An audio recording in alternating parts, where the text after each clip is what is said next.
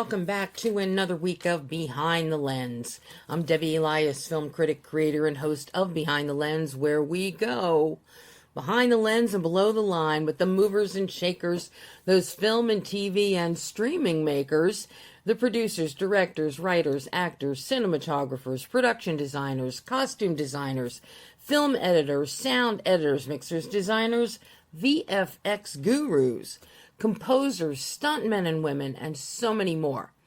And as always, you know how much I love film and how much I like to talk about film. So it is a joy to give you a front row seat to the who, what, where, when, why, and how of movie making with these interviews. And what a terrific show I've got for you this week on Behind the Lens is I get to introduce you to a wonderful British filmmaker, writer-director John Michael Kennedy, who makes his narrative feature directorial debut with the mystery thriller, An Enemy Within.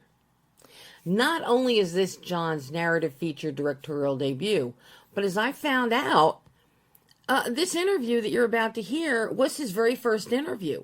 Something I found surprising given the excellence of his short films. So this is a real treat for all of you and for me. Now, there's something deliciously venomous pulsing through An Enemy Within. A tightly coiled debut narrative feature that is part Gothic chamber thriller, part psychological standoff, part family bloodsport. And John constructs a sharply staged mystery where inherited privilege, buried resentment, emotional insecurities, and self-delusion all become loaded weapons aimed squarely at everyone trapped inside a sprawling English estate. And the beauty of this film lies in the fact that virtually nobody inside the house deserves our trust. These are the fun ones. These are the fun kind of films, folks. Now, a brief synopsis for you. On his wedding night, Caleb Wingate, who's beautifully played by William Moseley, who you may all remember as Peter in the Chronicles of Narnia films. Caleb receives a chilling ultimatum via mysterious phone calls. Kill his wealthy father-in-law before midnight or his new bride dies. Don't you just love it? What's interesting, it's the father-in-law that whoever it is wants killed, and not the mother-in-law. You'd think most people, they'd go for the mother-in-law first. But not here. Of course, Caleb is marrying Julia, the youngest daughter of the Wingate's business adversary, the Forsytes. There is no love lost between these two families. As tensions escalate and a mysterious sniper known only as the Wolf closes in from outside the estate grounds, long simmering family fractures erupt into manipulation, betrayal, shifting alliances, and increasingly dangerous revelations.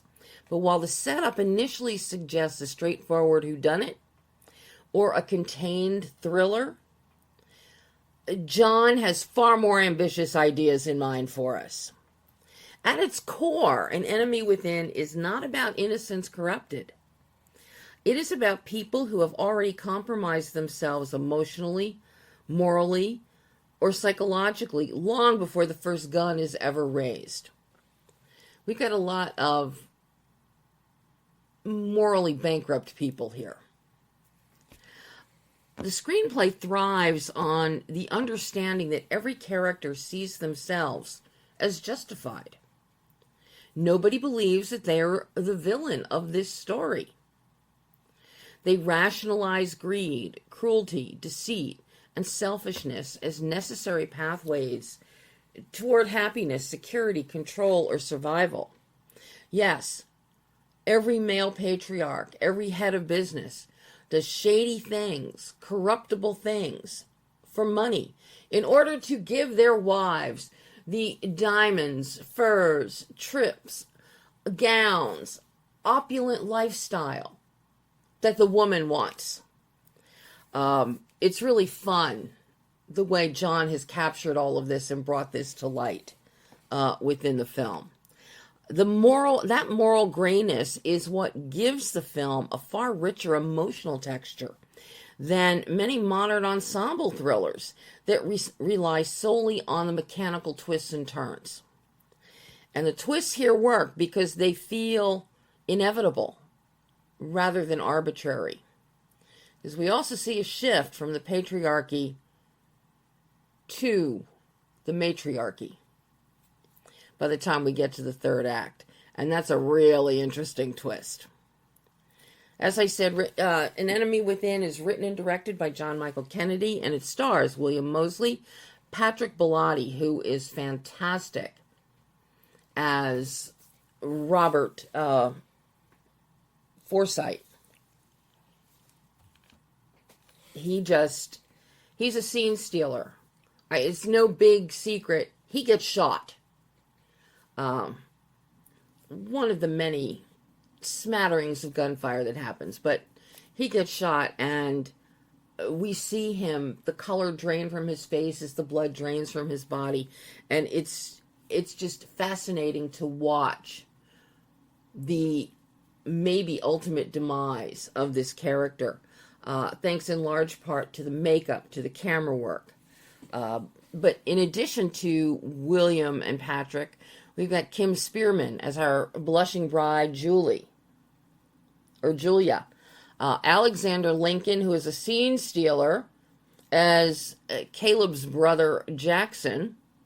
Tristan Gemmell, Kate Isett, Toyin Omari Kinch, Francis Wilding, Molly Dorman, and Harrison Daniels. They are our core two families of the Wingates and the Forsythes. And just so you know, it is not Forsythe, it is Foresight, Foresight. Film cinematographer is Lorenzo Levrini, the editor is Gustav Lindquist, and the composer is Caleb Blood. And yes, this is such a fun, twisting, turning mystery. I love the detail and how all of the pieces come together, and the character construct is excellent. Plus, something John does, the story stays relatively contained within the study or bar, complete with heavy tapestry draperies and the dark woods with centuries of patina, which serve as a gorgeous metaphor for the walls closing in, thanks to the man behind, thanks to this mysterious wolf who keeps calling Caleb with threats and more threats, and who peppers gunfire in on a whim. And also, who the heck is he working for? A mercenary like this has got to have somebody he's working for.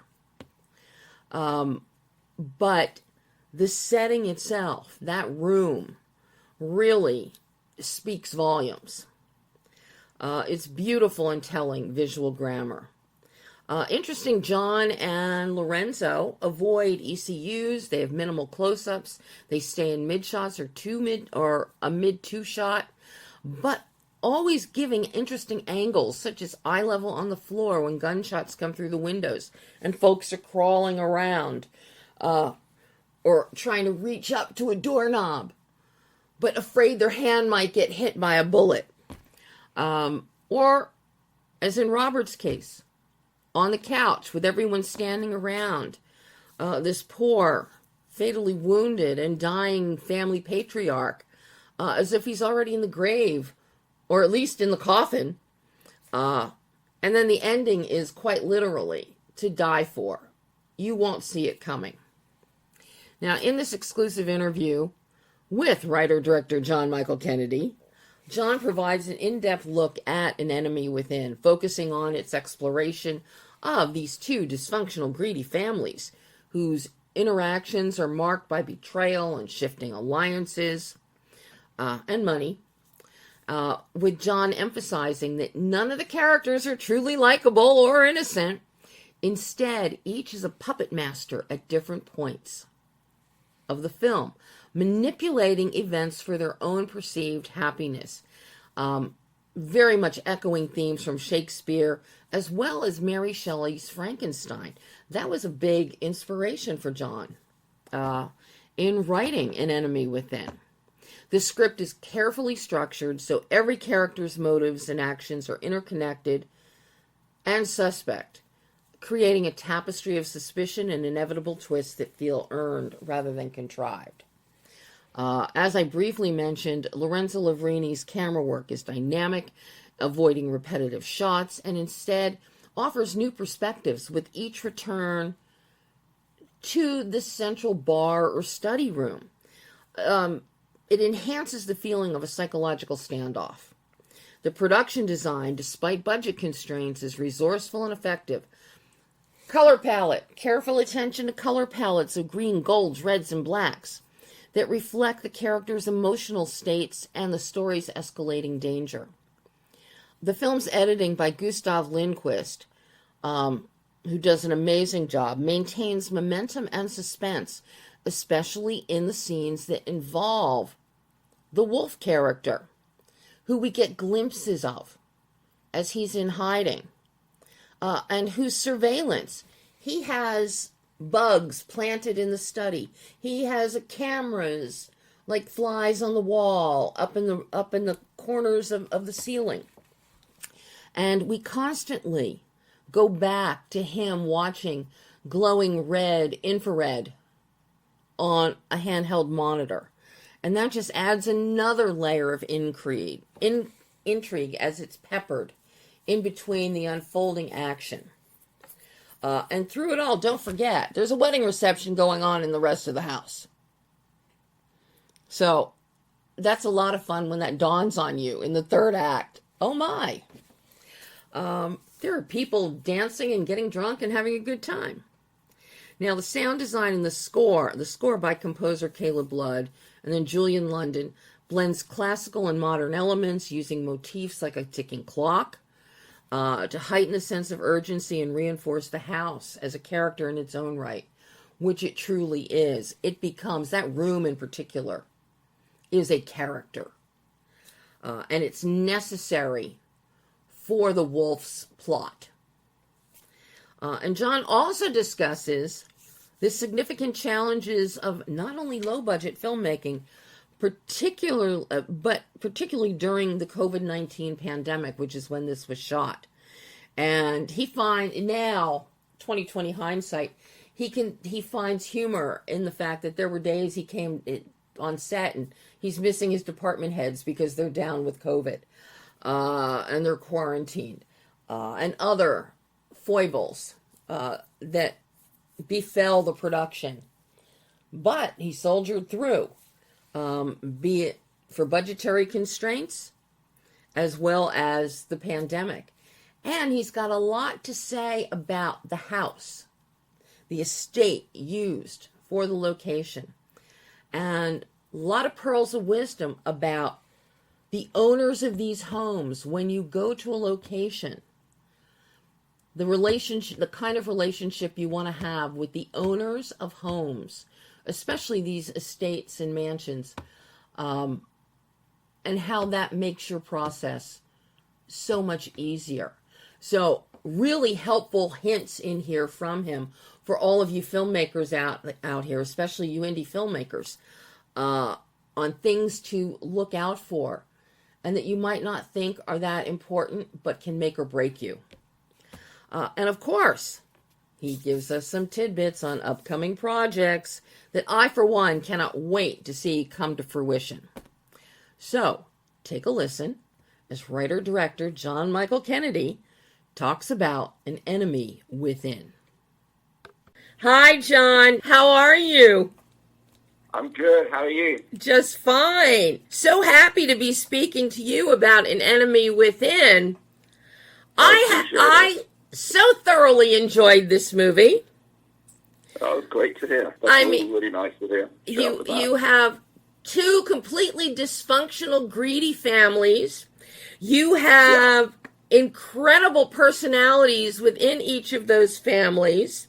You don't like any of them, but you want to see how they're going to turn on each other, because you know this is coming. This is coming. Yeah. From the beginning of the film, I will tell you, I figured out the several that were going to be problematic as this film played out.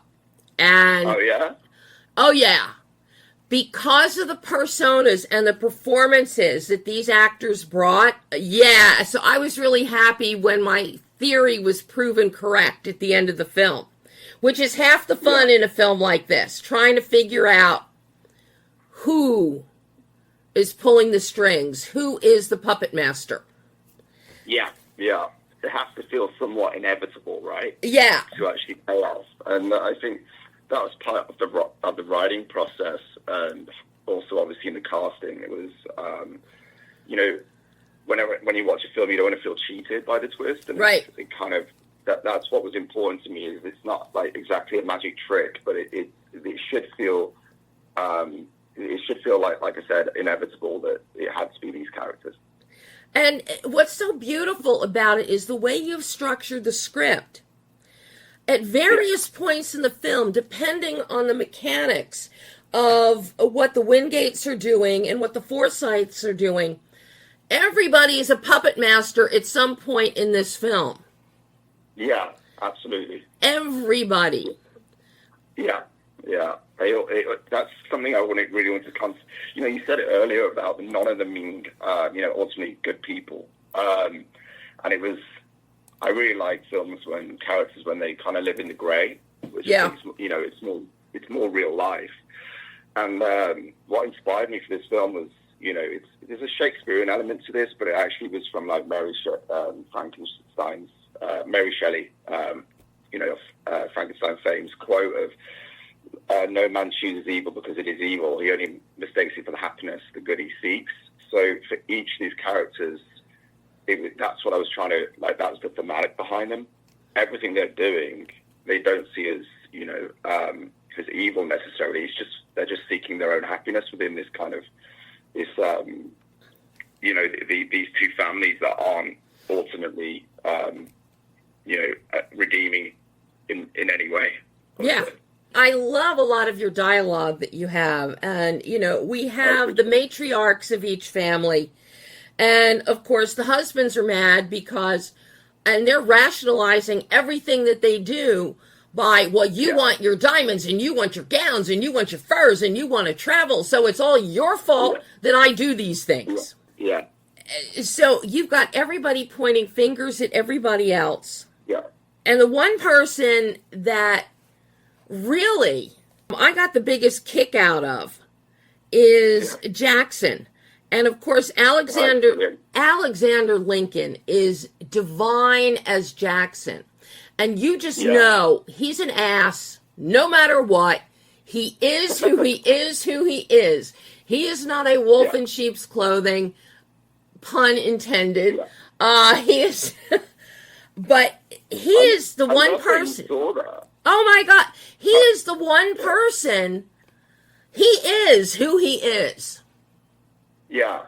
I love that you say that, because when we were casting this, our casting director, Matt Bailey, was saying to me, you have to look at Alex for this. And then we started looking through, and then Alex sent a tape, and it was without doubt it was going to be Alex. He's just naturally charismatic. He's funny. And he has this, he gave Jackson this kind of, and this is what I wanted for that character. He's the most insecure person in the room. Yeah. At all times, and he kind of navigates that through humor and, this fake kind of kind of alpha masculinity that he kind of puts out there. But he's ultimately just striving for a voice in the room at all times, because, he's deeply insecure. But he's also most likable because I think he's most human. And I love how he deals with everything with snark and alcohol. You can never go wrong with that combination. Snarky sarcasm and alcohol. Yeah, that's his defense right there. So. How challenging was it at writing this, John, because of so many different personalities? Because at first we think we've only got a few people to concern ourselves with. But as we get to that, I'd say the 41-minute mark of the film, this people that we thought were insignificant are no longer insignificant, and they are part of the bigger tapestry. This could not have been easy, crafting the personalities of each of these individuals and then making them mesh so that they clash. Yeah. I mean, it's very hard when I was inspired by, these kind of films. Actually, the films for me was inspired by the game, ultimately. So that was like where the original inspiration came from. And, a lot of that goes back to like being a fan of David Fincher and his work there as well. But it's also like it has this kind of Knives Out thing, and it's it's very relevant to Knives Out. Maybe even Succession was quite inspiring for this. But for me, it was just you've got all these actors. The hardest thing about crafting that in a script is tracking them and making sure they're all making the right decisions and the right kind of actions off the back of another person's line while staying true to their motives or lack thereof. But yeah, it was fun and a great feeling when the script is finished. But yeah, it sends you into a bit of a frenzy trying to make sure that there's no holes, while staying true to this whole like new money, old money, and an understanding of where they would be coming from, being from different environments. Yeah, it was complicated, but I think I got it pretty close to where I wanted it to be. So yeah. Well, it's very effective on screen, and that's what counts. How is this coming across? But at the same time, not only what I really appreciate that you did was visually, logistically, you kept this film contained. We're in one location, and then after like the half-hour mark, the 40-minute mark, we are in an even smaller location. We are in that den, that library. So you then turn the tables, you and your DP, Lorenzo Lavrini. Oh, it's fantastic, Lorenzo. Beautiful work there in terms of the lighting, of using those dark woods to your advantage, creating some negative space in the corners. You got your production design with the heavy draperies, and you really feel the walls metaphorically closing in on these two families. I love that you say that because when I was working with Lorenzo, who is super talented and so fast as well on a particular budget like this, and it's such a scale of a project with a wedding ceremony. I wouldn't advise that to another indie, sub-million budget. It's pretty difficult. But we were really focused on when it came to the camera was we knew we had to pick the right equipment. We're going to be shooting a lot of low light. It's very night heavy. Film. Obviously, with it being contained, you have to keep it dynamic. So the idea was to create this kind of this setup of Act One, creating this big production value as much as we possibly could, while at the same time, kind of, some of the tools we utilized the most were like compressing the space around Caleb as the story moved forward. There's kind of cool little moments like when he gets the first call, we close in on Caleb at that point when he gets the first call from the wolf. And then it's kind of, we played with steady there a little bit as well, where it's more on autopilot for Caleb. And then other things that we worked with were, creating this kind of wide scale at the beginning was like showing this, this wonderful house that we used in Hereford, the Mind, with a fantastic owner called Sarah. She was incredible to work with. Just showing this kind of like the idea to show who this family is before we get into the house on a grander scale, before we close in around them and show their world falling apart, and and showing that all families kind of have their issues, even these privileged families, even more so in some ways. And then the color was really important to us. We really thought about the color palette, for like the greens on the outside, creating that kind of thriller aspect, how it's kind of cold around them because they're very cold people if you get to know them. And then within the house, there's greens and golds, and then that becomes more green and kind of sickening. But when we get into that room, I think this is what I'm trying to get to. Obviously, when we get into that one bar room, we're going to spend a lot of time there. So that was really important that we got the right colors, and obviously the reds and the blacks and the dangers. And it allowed us to play a lot with shadow work in there, creating more suspicion shots, which was something we really focused on, was creating these kind of assassin entries from the characters wherever we could. And, some cowboy shots that, like, actually are inspired by The Favorite, those great long kind of, in the great Westerns. It's just like, I wanted to try and, like, me and Lorenzo wanted to try and get this visual kind of narrative across that this is kind of a standoff, and, we actually had some things we couldn't do that we really wanted to do. There was, we were going to use, when they were initially having the first conversation, we were going to have like all these kind of like bearskin rugs on the floor, etc. When they were initially having their talk at the beginning of the film, which we kind of put a few things in there, but we just didn't have the budget to do like the big epic scale in the bar where we were going to put these like lion heads around them. So it's like they went from the predator to the prey in this room. So there's certain things that the budget wouldn't allow for, but I think it still allowed us to create a very cool aesthetic within that room and a great staging for the actors to move around, which is so difficult with that many people in one room. But yeah. I love your use of that room, and I love the fact the film opens and it's the same room, but the curtains they're open and there's light streaming through, although it's not sun. It's a gray day, but it's that stark kind of glare light that you still want to put your sunglasses on because it's hurting your eyes. Yeah. And so you think you see everything exposed. That opening within the first less than 7 minutes. And then you're sitting there gobsmacked. It's like, oh my God. And then we get the little chyron that says 3 months later. And we're back. And then we really start to see things take shape. And what we thought we saw in that room with the bright light of day and all suddenly is not that at all. The appearances are deceiving. And you darken up. What you do in that room is spectacular. And then, like you said, with the camera, you don't go in for extreme close-ups in this film, yet you hone in on close-ups, like Robert when he's on the couch. Camera comes in tighter. It's close, but it's not a close-up, and definitely not an ECU.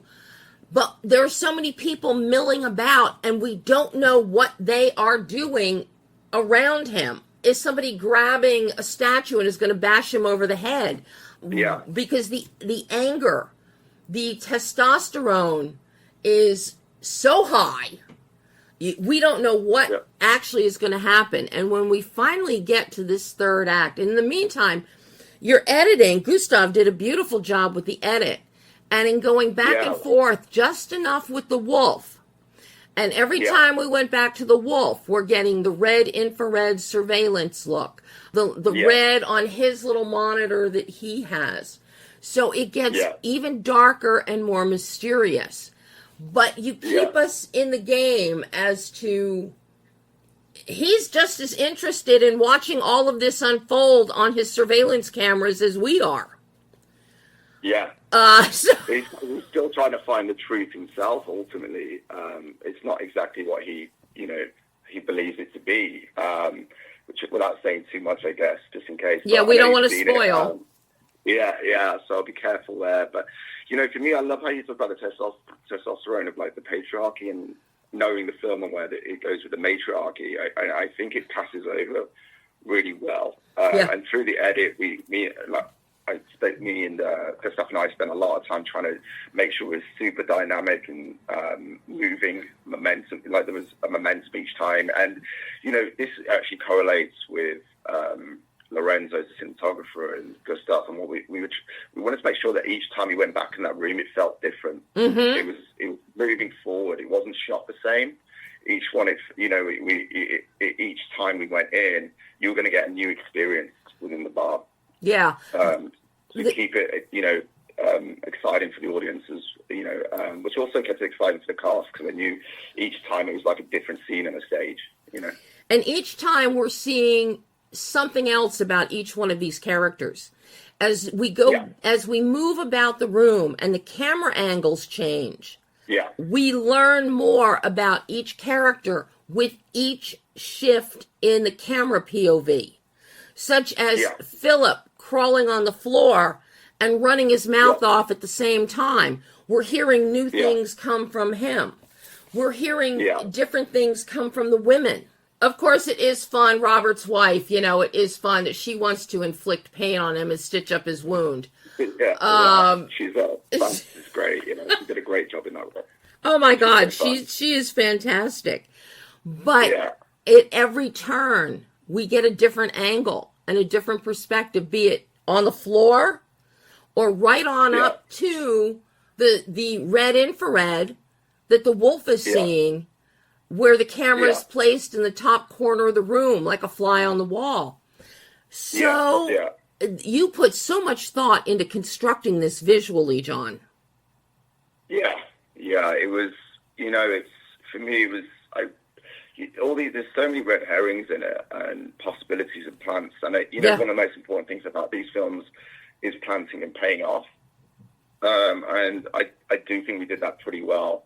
I mean, I had a fantastic cast and crew on this. They were all amazing. Will did an unbelievable job playing Caleb. I thought he was, he brought it every day, especially on a shoot like this, which was very difficult. Because we actually ran into, we had to push a couple times of COVID, then we got hit by COVID during production. And, oh my God. 2 week circuit breaker. So I think that was actually the most difficult thing, because as a cast and a crew, everyone came together on this, and we were really swimming for the first 11 days. We found our groove, and then everyone started dropping like flies, to the point we were riding on the fly, and I was turning up and who's in today, there's a few things that we had to adapt to, which worked creatively. We just kind of had to lean into it, but it was kind of crazy. My HOD isn't here today. Oh, my talent's not here today. Who's in? It was to the point I spent a limited amount of time around anybody and was sleeping in my car at lunch and stuff, because I was just I can't catch it. And I was double masked up, but because I didn't feel we'd finish the film if we had to go longer than a 2 week circuit breaker, and many more problems hit us. So I feel like it was everybody pulling together from the cast and crew, great production team like Guy Davis and stuff. It was really helping us get it over the line and finish it. And I have to say, casting William Moseley as Caleb, that is brilliant, because everybody that sees him immediately thinks of him as Peter in the Chronicles of Narnia. I think it's a nice turn for him. I think he does it really. It's a great role for him. This is perfect, because we all think of this fresh-faced, earnest, eager young man, and that is who Caleb is. He's fresh-faced, eager. He has his beautiful new bride with him, Julia, and he's going to be so happy, and then he starts getting weird phone calls. And you feel so badly for him, and it's oh my God, this poor kid, because you still see him as a kid. And so I think that was brilliant, bringing him in for that role. Yeah, it was definitely a no-brainer when I spoke to Will. Will's fantastic to work with. He's such a generous human being. He's a really great guy. And he worked really well with Alex as well as the brothers. I was this is meant to be. They look perfect together. And it was just when you really, I think this is going to be something. Yeah, just for Will, it's just for people to see him in this kind of light ultimately. And I think it's going to be great. But it's he played it fantastically well, and I think it was a sum of all parts as well, with everyone else, like Patrick Bilotti, who played Robert, and Tristan, William, Kate. Kate was brilliant as Barbara as well. She really brought that very emotive moment that we can't talk about. But then it was, Kim Spearman, who played Julia, was phenomenal throughout as well. And, I have to give a special mention out to Harrison Daniels, who played the wolf. I thought he was really great as well. And he's also such a nice guy, and it's like playing that role is not that easy, I wouldn't think. But yeah, and Toyin, who played Philip, was fantastic as well. And it's one of the things we try to do with this film, and I don't want to forget it because I do want to give back to the HODs where I can, because like I said, they were great on costume.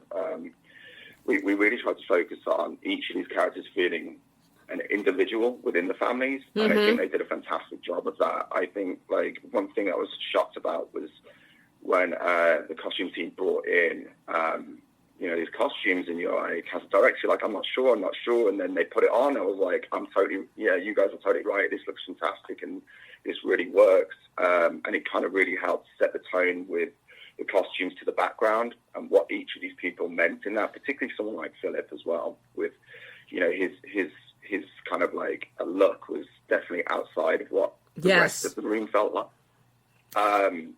And then on makeup, they did a fantastic job. The special effects was great. And it always looked real, ultimately, even though it's kind of elevated. But yeah, I mean, the other thing I would say is on the, I was actually going to finish that one comment there. Yeah, and production design, it was just, they did so much of the budget they had, they were so resourceful, and yeah, I felt like, the location was incredible, and then production design took it to another level. Now, I have to say, the makeup on Robert, that is so well done in terms of they're draining the life from him, and his face is getting pastier and whiter as we go. Yeah. Now, I'm guessing you weren't shooting this in chronological order, were you? No, it was Brooke, incredible makeup artist and special effects. It was. I don't even know how they managed to do that. Cause, it was. Yeah, and even for Patrick, in and out of makeup like that was just like I said. There was. I didn't have one member ever say of his cast and crew, "I don't want to do that." I mean, it was a very difficult shoot, particularly after the COVID and how we lost like days on the schedule, so we were really shooting. Way too many scenes in a day, actually. But no one complained. They all just kept turning up. And I honestly don't think this film would be made without that kind of mentality. Yeah. And I would be remiss not to bring up one of the highlights of the film in the third act. When everybody knows the wolf is after them. Nobody knows why the wolf is trying to take them out. Granted, we've had William yelling that, if the sniper wanted you dead, you'd be dead. So he doesn't want you dead. And then they decide they're going to take up arms. And to see them all come out, women and all, with shotguns, it's like, and they all look like they were going on an African safari hunt to kill lions and tigers and bears. And as they go into the wedding reception party area, which is the complete opposite in terms of visual tone from what we've been seeing, that was one of the funniest sequences to see them there. Some of them are bloodied. They've got shotguns raised. And then it's the women who start firing and taking control. Yeah. And that was. I'm glad you see that. That was the kind of the passing of the torch, right, in those moments. And it's like, it's funny you say that shot. We got that in one take. Oh my God. Yeah. So there was quite a few like those shots that were like one or two takes. Particularly because they were on the back end, and like I said, we lost a few days. And you really had to pick out those moments. I mean, we actually had a trunk shot at the beginning of the film, which kind of paid homage to like the Ritchies and the Tarantinos, but film their work. But I couldn't we couldn't do it on the back end, so we actually had to remove it from the front. Because without the plan, without the payoff, there's no real plan. Mm-hmm. So, you know, there's a couple of like restrictions that like I watch it and go, it would have looked so cool. But yeah, I still love that, and it maybe kind of grounded it a little bit more in the moment. But yeah, I love how they leave that, and then all of a sudden they're coming down the stairs with all the guns. It's fantastic. And just the whole visual tonal bandwidth contrast with this party scene, and then it dawns on you, oh my God, they've all been locked in this study, in this bar room, dark, cloaked, kind of, you get a sense of fortification because of the wood paneling in the room. But at the same time, hey, this party's been going on. And it just is so striking when you're watching this. But that visual tonal bandwidth contrast is so superb. Yeah. And the way that you turn the party into the reality of the situation with the women firing off rifles is just superb. Superb. Yeah. Yeah, I appreciate that. And I think that's the biggest thing about these plans and payoffs with, like, is seeing Julia with the gun at the beginning. It's like, it was coming at all times. But it's like, for me, that's why it powered the script for me. And it was, it's hard to notice because the budget kind of restricted us. But, like, Kim plays Julia, has some kind of butterfly element to her. Which I can't really go too much into, but it's like it was, you know, that was kind of the rising in some ways for her character ultimately, and that was kind of planted throughout.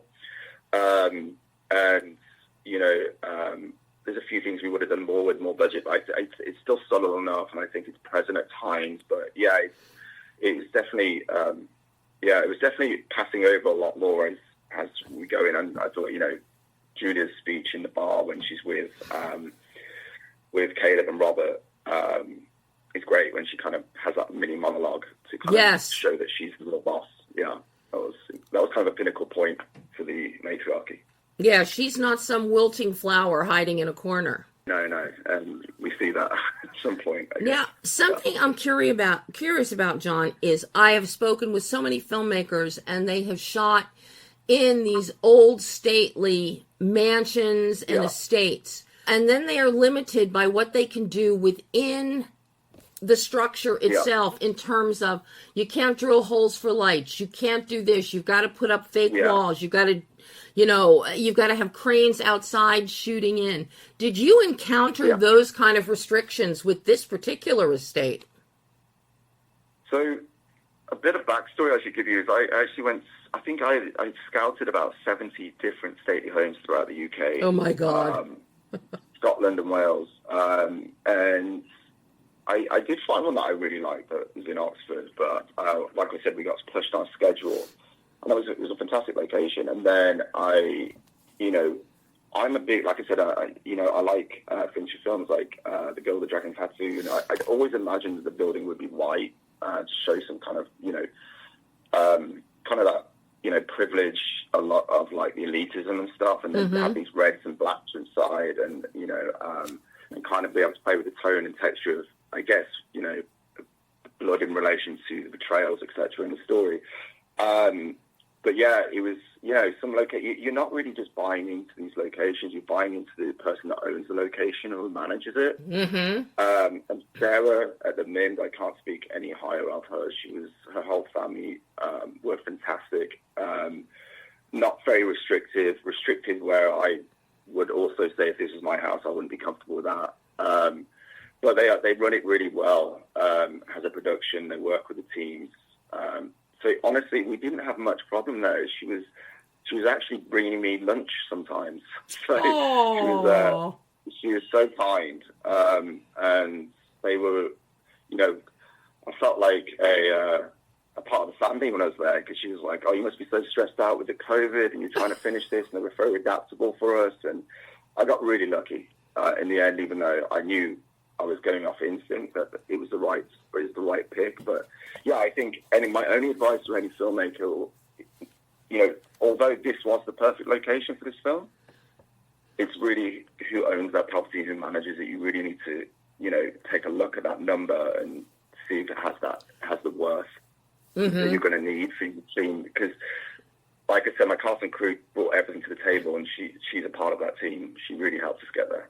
That's fantastic. Now, one other element of this film I've got to ask you about, John, is your music. What were you've got Caleb Blood's score. What were you looking for musically for this? You got your dual tonalities happening here, and we're getting increasingly more insane, darker, family infighting, new family infighting. So what were you looking for musically to buttress or capture this? So musically, it was actually a combination between Caleb and Spiros, who handled the mix. I've known for years as well, and kind of leaning, and obviously knowing that Julian Lanham was going to put his music to this, which is, we got very lucky. It sounds great, and it's great to have him on this project, and his songs really play into this. But it was, for me, it was like it was the house had to have a feeling, and it had to be a character within this type of film, much like most contained thrillers, where I think if you don't focus on that being a character in it, you can kind of feel there's an emptiness to the story. So it had to feel somewhat kind of like progressive and ultimately kind of mechanical, as like these kind of as we started to reveal who these people were, and kind of, but like there's almost like there's a it's like I wanted to feel like this was just a story within a chapter within the story of this house, it's been around for hundreds of years. And that's with the Foley and the sound effects and everything. It had to feel, I was always trying to focus on sonically trying to elevate it. But ultimately what I wanted it to do was feel classically kind of composed, but modernize that for this piece.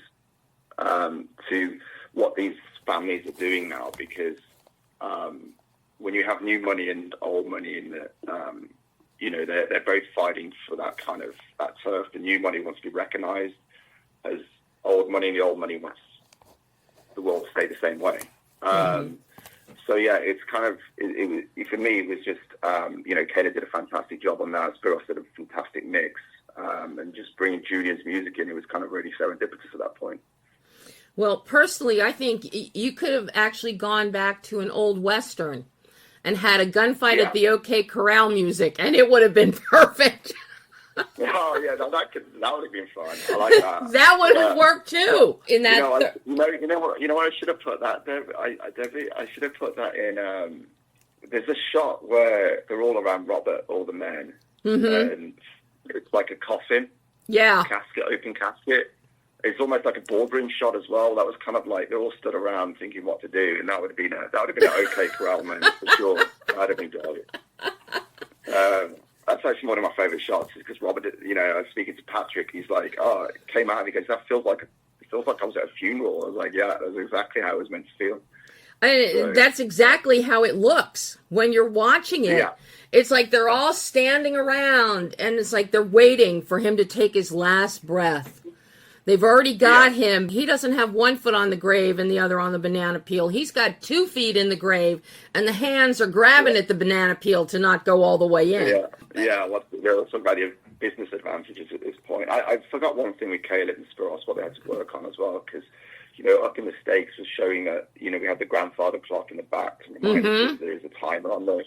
But then also the ticking clock throughout the composition, the musical score and composition and playing with the harp. It was like, that was a constant reminder that time is ticking. So that is something we definitely implemented into it to keep the stakes high and the audience engaged. And the ticking clock inserted within the composition and within the soundscape, it works so well because you really do feel like this is happening in the course of a night.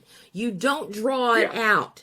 So that it's like, my God, how long are they in this room? Is it a week? Is it 3 days? Is it 4 days? No. Yeah. We are constantly reminded. So we feel the urgency of time passing. And I like how you did that.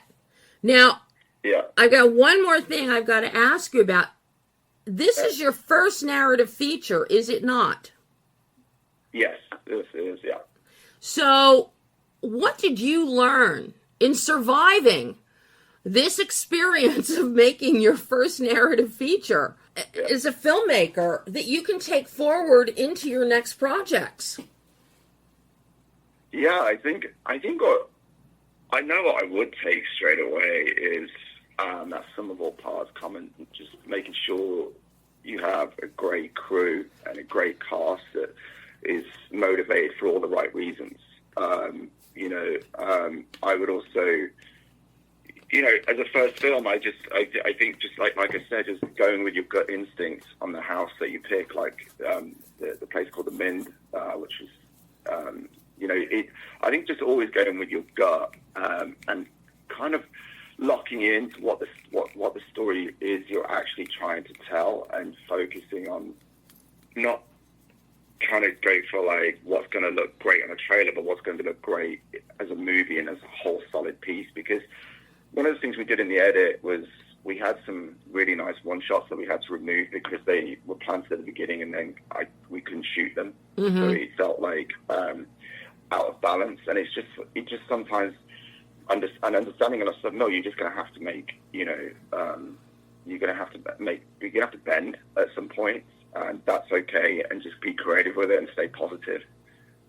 But yeah, I think what I've learned from this is just that I know I went through like the COVID thing, which is a whole thing, but I just kind of push through and get through every wall that comes through, because it's never easy, but is it worth it? It's totally worth it. I love what we achieved as a team, and I think that's a big part of this. It's a collaboration, and you can't do it without each other. Well, a superb job. I really like this film. I like your directorial voice and your visual execution, and I can't wait to see what you bring us next. Yeah, we're actually working on a couple next, so the next one hopefully goes up towards the end of this year. So it's actually set in the Birmingham, UK, London, just of Peaky Blinders fame. But it's more of a modern day kind of gangland vigilante film. Ooh, more guns! Yeah, more guns! More guns, more action. It's a really kind of big action. Contained again, actually, somewhat. I found another way to contain it, which is kind of cool.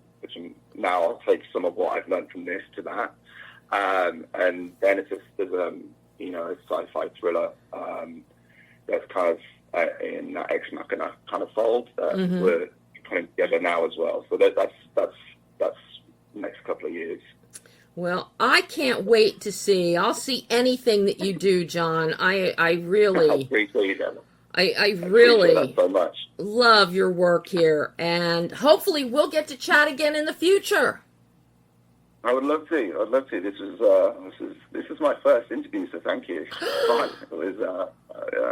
I got to be your first interview. I feel so lucky. Yeah. This is great. Oh my! I don't know. I feel lucky because this is really nice to talk about all the creative elements, and finally. My team get to hear how much I enjoy the process with them, considering everything. But, Well, you definitely did. It shows on the screen. All right. You can't make a film like this unless you're enjoying what's happening along the way to get there. Yeah. So. Yeah. This has been so wonderful, John. Now you go have a great rest of your day, rest of your evening, and just look forward to when the film releases. What, next week? Next week, yeah. So I can't wait to hear what people have to say about it. John. Yeah, thank you. Thank you so much. And that was John Michael Kennedy going in depth on An Enemy Within, his narrative feature directorial debut. When you see it, you're not going to believe it's his first feature. You're not going to believe it. And you can see An Enemy Within on digital and on demand starting this Friday, May 15th. Now, a couple of other films I briefly want to mention to you today that are absolute must-see films. First is The Sheep Detectives, which is a tale that follows George Hardy, beautifully played by Hugh Jackman, as a shepherd who loves to read murder mysteries to his sheep, never suspecting that they can understand him. When George is found dead under mysterious circumstances, the sheep decide to solve the crime themselves, even if it means leaving their meadow for the first time and facing the fact that the human world isn't as simple as it appears in books. This is the most delightful film of the year. It makes your heart smile. You laugh, you cry, you fall in love with these fluffy balls of wool. The Sheep Detectives is in theaters right now and is based on the 2005 mystery novel 3 Bags Full, a sheep detective story by Leonie Swan. The other film you must see, and please have boxes of tissues next to you when you watch this, that is also based on a novel, and that is Remarkably Bright Creatures. It's on Netflix now. It stars Sally Field as an older widow named Tova, whose life is changed by a friendship with a giant Pacific octopus named Marcellus, and Cameron, a new-in-town employee looking for his father, who is fabulously played by Lewis Pullman. Sally and Lewis is the new pairing we didn't know we needed. Sally and Marcellus is the new pairing we didn't know we needed. As you watch this film, you know we need them. Alfred Molina voices Marcellus and is so wonderful, so soothing. I could listen to him all day as Marcellus. Now, this is Remarkably Bright Creatures is based on Shelby Van Pelt's best-selling novel. And as with The Sheep Detectives, is one of the rare instances where the film is better than the book. And I know over the past 44 years, you have rarely heard me say that. And here, both books are fantastic. So these adaptations, it makes the screenwriting and the performances and the direction even more impressive. Now, if you still haven't seen Rennie Harlin's Deep Water, get to the theater now and kick off the start of summer right. With sharks and a plane crash, disaster and survival. You can't beat it. And here again, if you missed last week's show, go back and listen to it. It's Rennie talking about Deep Water, Rennie and me. And so much of the film we didn't even get to cover and talk about. But Rennie is a master of practicality, practical effects, in-camera effects. Build a plane, break it apart. Put people in 10 tons of water. So, see it. And of course, as with Rennie's films, because he's so passionate about sound design, I got to tell you, I saw it in the theater. My first screening of the film was at home. I have now gone back after that first screening, and after talking with Rennie, I had time to go to the theater and see it on the big screen in Dolby Atmos. The sound is spectacular, as is the huge big screen format. So I didn't go back just once, I went back twice. So I've seen Deep Water 3 times now, and I will probably see it a 4th while it's still in theaters. But you need to see that. You need to see The Sheep Detectives in theaters right now. You need to sit back at night and relax and watch Remarkably Bright Creatures on Netflix, and come Friday, digital, on demand, see An Enemy Within. So, that is all the time we have today. I'll be back next week with more interesting interviews and a look at some more films. Make sure to check out the website, behindthelensonline.net, where I've got more new interviews and reviews, a whole slew of them, plus highlights of the 2026 TCM Classic Film Festival, including lots of photographs and 15 red carpet interviews that are entertaining and insightful. And I'm hearing back from a lot of you already that you're loving my interview with Ethan Peck, Gregory Peck's grandson. Especially where he opines and wonders about Could his grandfather, what would he have been like cast as Mr. Spock in a Star Trek series? It's a fun interview. They're all really good interviews and a lot of fun. So please go to the website, check it all out. And until next week, I'm Debbie Elias. This is Behind the Lens.